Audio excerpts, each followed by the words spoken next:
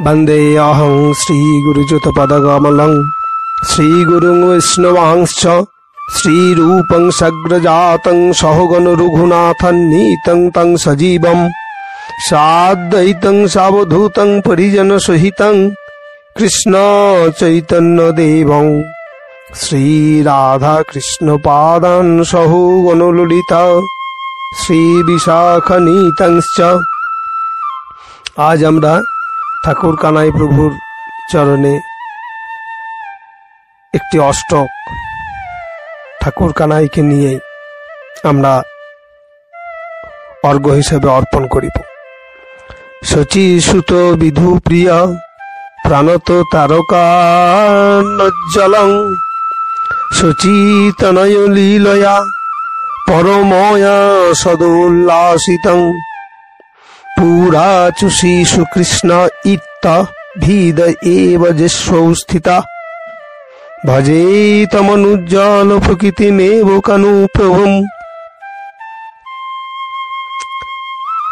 বাংলা শব্দার্থ হচ্ছে গৌর তনু মনয়হর শচী সুত বিধুবর প্রিয়গণ তারকা প্রকাশ তার মাঝে সদা রয় সতত উজ্জ্বলময় শ্রী গৌরাঙ্গ লীলায় উল্লাস কৃষ্ণ ভক্তি পরকাশ তাহে শিশু কৃষ্ণ দাস নাম বাল্যে যে করে ধারণ অনুপম গুণধাম ঠাকুর কানায় নাম ভজিতার চরণ যুগল। জয় কানু ঠাকুর কি, জয় কানু ঠাকুর কি, জয় কানু ঠাকুর কি। আমরা একাদশী ভগবান গৌরসুন্দরের যে ৬৪ প্রকার সাধন অঙ্গ তার মধ্যে এক হচ্ছে একাদশী ব্রত। এই একাদশী ব্রত মাহাত্ম্য কথা শুনবার আগে আমরা একটু যদি গৌরসুন্দরের কয়েকটি মত এবং পথকে নিয়ে আলোচনা করি, তাহলে আশা করব যে একাদশী ব্রতর মাহাত্ম্য কথার শ্রবণের মাধুর্য অনেকখানি বর্ধিত হইবে। কৃষ্ণ ভুলি সেই জীব অনাদি বহির্মুখ অতএব মায়া তারে দেয় সংসার দুঃখ। গৌরসুন্দর সনাতন গোস্বামীকে এই কথাটি বলিয়াছিলেন যে কৃষ্ণ নামের মধ্যেই অর্থাৎ এই দুইটি বর্ণের সমন্বয়ে যে গঠিত কৃষ্ণ শব্দবন্ধনীটি, ইহা গোবিন্দের স্বরূপ মূর্তি এই দুইটি বর্ণ সমন্বয় শব্দের মধ্যেই বর্তমান আছেন। একমাত্র এই গুণটিকেই জীবের স্বরূপ লক্ষণ বলা হইয়াছে। ভগবানের স্বরূপ মূর্তিরূপ এই নাম অর্থাৎ কৃষ্ণ স্মরণের মধ্যে দিয়েই জীব এই গৌরসুন্দরের যে বৈষ্ণব ধর্মের যে মোট 25টি গুণ আয়ত্ত করতে পারে একমাত্র এই কৃষ্ণ নাম স্মরণের মধ্যে দিয়ে।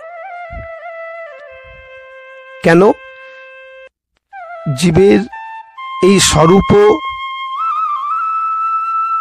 সত্তার যে জ্ঞান নাই বলিয়ায় জীব আজ সংসারে মায়ার বন্ধনে আবদ্ধ হয়েছে। তাই আমার গৌরসুন্দর বলেছেন, জীবের স্বরূপ হয় কৃষ্ণের নিত্য দাস, কৃষ্ণের তটস্থ শক্তি ভেদাভেদ প্রকাশ, সূর্যাংশ কিরণ যেন অগ্নি জ্বালাচয়। অর্থাৎ সূর্যের কিরণ, সূর্যকে যদি আমরা কৃষ্ণের স্বরূপ সত্তা ধরি এবং সূর্য কণা বা সূর্য রশ্মি যেমন তার আলোক ছটা কিন্তু সেই স্বরূপ সত্তা থেকেই আগত, ঠিক ভগবানের তটস্থ শক্তি এই জীব আমার গোবিন্দেরই অতি ক্ষুদ্র আতি ক্ষুদ্র অংশকণা। তাই এই জীব যদি এই কৃষ্ণ স্বরূপ মূর্তির সম্বন্ধে যদি আমাদের স্বরূপ জ্ঞান যদি থাকে, তবেই সেই জীব এই ভক্তি সাধনের সাধন অঙ্গগুলোকে ঠিকভাবে পালন করিলে ভক্তির সাধন করিতে করিতেই রতি জন্মাবে। রতি সৃষ্টি হলেই অর্থাৎ ভাব জন্মাবে, ভাব সৃষ্টি হইলেই প্রেম প্রাপ্ত হইবে। তাই আমরা যারাই এই সাধন ভজনে আমরা ব্রতী হয়েছি এবং এই ভক্তি সাধনের অঙ্গ হিসাবে যে বিভিন্ন আমরা ব্রত অনুষ্ঠান পালন করে থাকি, সেই সকল জীবের প্রথমেই একদম প্রাথমিক স্তরেই এই সাহজিক জ্ঞান অর্থাৎ আমাদের প্রত্যেকটি জীবের মধ্যেই যে চৈতন্য সত্তা আছে, সেই চৈতন্য সত্তা সম্বন্ধীয় যে জ্ঞান বিস্মৃতি হলেই জীবকে মায়া তার কবলিত করিতে পারেন। কিন্তু এই জ্ঞান সম্বন্ধে যদি আমাদের প্রত্যেকেই সম্যক ধারণা থাকে, তাহলে আমরা ভক্তি সাধনের বিভিন্ন সাধন অঙ্গকে আশ্রয় করে নির্দিষ্ট লক্ষ্যে পৌঁছতে পারি। এই স্বরূপ জ্ঞান বা স্বরূপ যে সাহজিক জ্ঞান, এইটি 12টি, এই 12টি জ্ঞান আমাদের প্রত্যেকেরই জীবের যারা ভক্তি সাধন করিবার জন্য উদ্যত হয়েছে বা ভক্তি সাধন করিবার জন্য চিন্তা করিতেছে, তাদের এই সাহজিক জ্ঞানগুলি অবশ্যই থাকা বাঞ্ছনীয়। তাই এই 12টি জ্ঞান, সাহজিক জ্ঞান আমি এখানে প্রত্যেকের সামনে তুলে ধরছি। 1, আমি আছি। 2, আমি থাকিব। 3, আমার আনন্দ আছে। 4, আমার আনন্দের একটি বৃহৎ আশ্রম আছে। 5, আমি সেই আশ্রমের নিত্য অনুগত। 6, সেই আশ্রয় অবলম্বন করা আমার স্বাভাবিকই স্বভাব। 7, আশ্রয় অত্যন্ত সুন্দর। 8, সেই আশ্রয় ত্যাগ করিবার আমার শক্তি নাই। 9, আমার বর্তমান অবস্থা অত্যন্ত শোচনীয়। 10, আমার এই শোচনীয় অবস্থা পরিত্যাগপূর্বক পুনরায় আশ্রয় অনুশীলন করাই আমার উচিত। 11, এই জগৎ আমার নিত্য স্থান নয়। 12, এই জগতের উন্নতিতে আমার কোনো উন্নতি নাই। সুতরাং এই আমরা যারা ভক্তি সাধন করিতেছি, এই ভক্তি সাধনকারী জীবের মধ্যে এই 12টি সাহজিক জ্ঞান যদি আমরা কোনোদিনও বিস্মৃতি না হয়, তা হইলে জীব নিত্য কৃষ্ণ দাস ইহা বাস্তব রূপ ধারণ করিতে পারে। কারণ কৃষ্ণ যেহেতু নিত্য, তার দাসও নিত্য।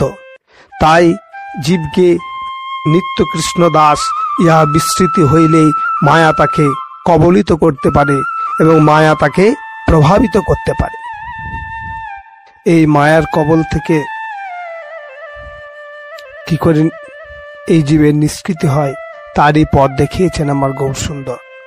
তাই এই গৌরসুন্দর দেখানো পথের যে সাধন ভজনের জন্য, ভক্তি সাধন ভজনের জন্য যে 64 প্রকার সাধন অঙ্গ, তার মধ্যে এক অঙ্গ হচ্ছে শ্রী একাদশী ব্রত। ফাল্গুন মাসের কৃষ্ণপক্ষের একাদশী তিথিকে বিজয়া একাদশী তিথি নামে খ্যাত।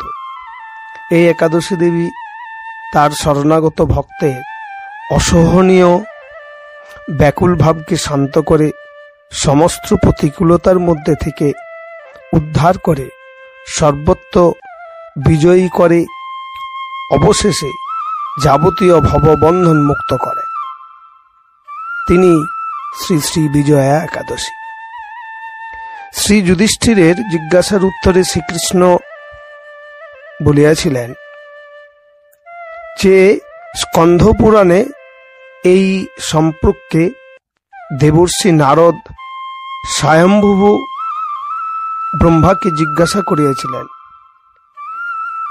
তিনি এই প্রসঙ্গে যা বলেছিলেন তা আমি তোমাকে বলিতেছি, তা মনোযোগের সহিত শ্রবণ কর। পুরাকালে শ্রী রামচন্দ্র 14 বৎসর বনবাসকালে সীতাদেবী রাবণ কর্তৃক অপহরণ হইলে ভাই লক্ষণ ও বানর সৈন্যগণ সহ সীতাদেবীর অনুসন্ধান করিতে লাগিলেন। অনুসন্ধান করিবার সময় পথমধ্যে রাবণ দ্বারা আহত জটায়ুর নিকট সংবাদ পাইলেন শ্রীরামচন্দ্র যে রাবণ দ্বারা সীতাদেবী অপহরণ হইয়াছে। সীতাদেবীকে মুক্তির সন্ধানে সমুদ্র তীরে উপস্থিত হইলে সমুদ্রের ভয়ঙ্কর রূপ দেখে সমাগত সকলকে নিয়ে শ্রীরামচন্দ্র ব্যাকুল হয়ে পড়লেন যে কি করে সীতাকে এই সমুদ্র পেরিয়ে রাবণের হাত হইতে উদ্ধার করিব। তখন লক্ষণ বলিলেন যে আপনি সর্বজ্ঞ, আপনি যখন আমাকে আদেশ করেছেন তাহলে বলি, আমি তো এর বিষয়ে কিছু জানি না, তবে এখান থেকে প্রায় 4 কিলোমিটার দূরে একটি দ্বীপ আছে। এই দ্বীপে দালভ্য মুনি বাস করেন। এই ঋষিকে জিজ্ঞাসা করলে নিশ্চয়ই তিনি কোনো এর উপায় বার করে দিতে পারবেন যে কিভাবে এই সমুদ্র পেরিয়ে রাক্ষস রাজ রাবণের হাত থেকে সীতাদেবীকে উদ্ধার করা যাবে। ভাই লক্ষণের কথা মতো শ্রীরামচন্দ্র উক্ত মুনির নিকটে উপস্থিত হইলেন এবং মুনিকে যথাযোগ্য সম্ভাষণ করিলেন। মুনি সর্বজ্ঞ ছিলেন। নয়ন মুদিত করিয়া বুঝিতে পারিলেন যে ইনি আমার আরাধ্য পরম পুরুষোত্তম। তাই মানসিক প্রণাম করিয়া যথাযোগ্য সম্মানের সহিত আসন গ্রহণ করিতে বলিলেন এবং আসিবার উদ্দেশ্য কি তাহা জানিতে চাইলেন। শ্রীরামচন্দ্র বলিলেন, কি করিয়া এই সমুদ্র পার হইব তার উপায় বলিয়া দেন কৃপা করিয়া।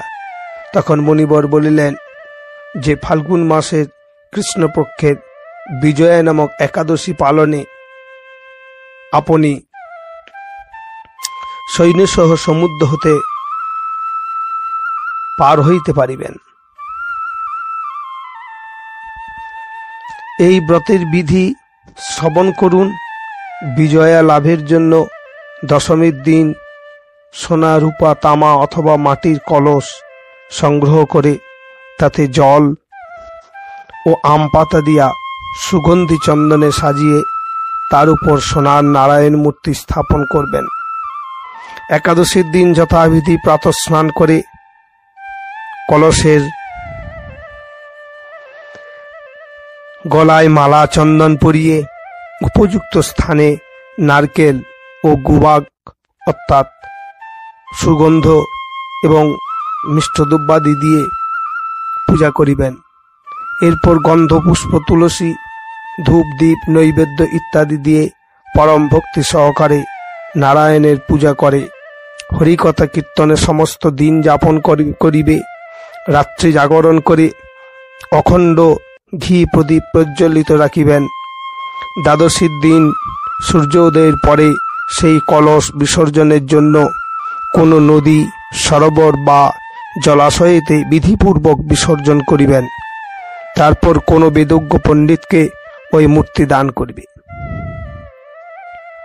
ব্রহ্মা বলিলেন, নারদ ঋষির কথা মতো ব্রত অনুষ্ঠানের ফলে তিনি অর্থাৎ রামচন্দ্র বিজয়ী হইলেন। সীতা প্রাপ্তি, লঙ্কা জয় এবং রাবণবধের মাধ্যমে তিনি অতুল কীর্তিও লাভ করিলেন। তাই যথাবিধি যে মানুষ এই ব্রত পালন করবে তাদের এ জগতে জয়লাভ ও পরজগতেও অক্ষয় সুখ সুনিশ্চিত, ইহা জানিবে। তখন ভগবান শ্রীকৃষ্ণ বলিলেন, হে যুধিষ্ঠির, এই কারণে এই ব্রত পালন অবশ্যই কর্তব্য এবং এই ব্রত কথা শ্রবণে কীর্তনে বাজপেয় যজ্ঞের সমফল লাভ হইয়া থাকে। তাই আমাদের এই কলিযুগেতে কলির জীবের কাছে যদিও এই স্বর্ণ অলঙ্কারের নারায়ণ মূর্তি দেওয়ার মধ্যে দিয়ে সামর্থ্য হয়তো জীবের নেই, কিন্তু মানসিক জায়গায় মানসিক ভাবে চিত্ততে স্বর্ণ অলঙ্কার খচিত বিষ্ণু মূর্তি বা নারায়ণের মূর্তিকে স্থাপন করে আমরা আমাদের সর্ব ইন্দ্রিয়ানুকূল্যে যদি আমরা সেইভাবে বিষ্ণুর পুজো অর্ঘ্য নিবেদন করতে পারি, তাহলে নিশ্চয়ই আমাদের এই একাদশী দেবীর কৃপাতে অন্তর্মুখী সাধনের যে বিঘ্ন বা অন্তর্মুখী সাধনের ফল সাধনের পথের যাত্রীর যে বাধা সৃষ্টি হয়, সেই বাধাকে তিনি অবশ্যই শান্ত করবেন এবং নির্দিষ্ট লক্ষ্যে পৌঁছে দিবেন এই বিজয়া একাদশী দেবীর কৃপাতে। জয় নিতাই, জয় গৌরহরি, জয় শ্রী কানু ঠাকুর, জয় শ্রী কানু ঠাকুর, জয় শ্রী কানু ঠাকুর।